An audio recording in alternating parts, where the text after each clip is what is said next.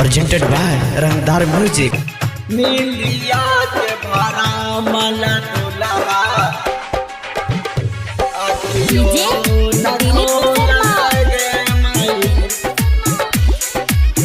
नीलिया के मातल दुल्हा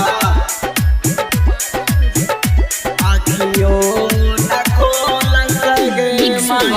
रंजन प्रेमी उठा उठा गराई दिन फुआ पर छादा मात गे माई उठा उठा गराई दिन दादी पर छादा मात गे माई नींदिया के मातल दुल्हा अखियों न खोल सके माई नींदिया के भरा मल दुल्हा अखियों न खोल सके माई नींदिया के मातल दुल्हा presented by रंगदार म्यूजिक।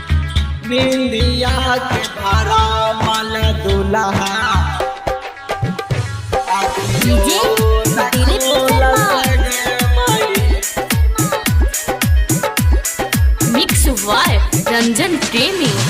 लड़का बैठा दिन चौका पर जाइए दादी लड़का बैठा दिन चौका पर जाइए दादी दूल्हा के साली मांगतीन अगोड़ा के धोवाई गे माई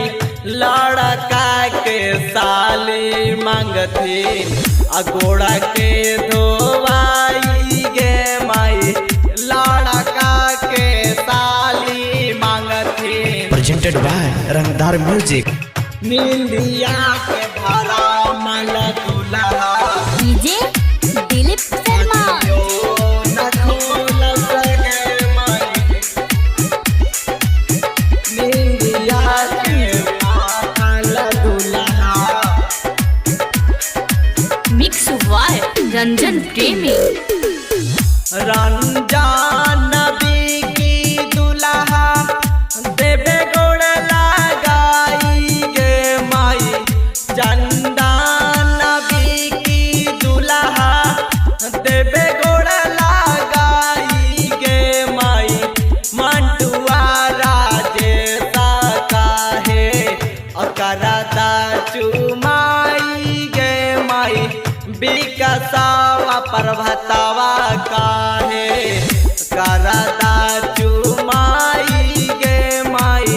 रबिया या मनवा presented काहे by रंगदार म्यूजिक।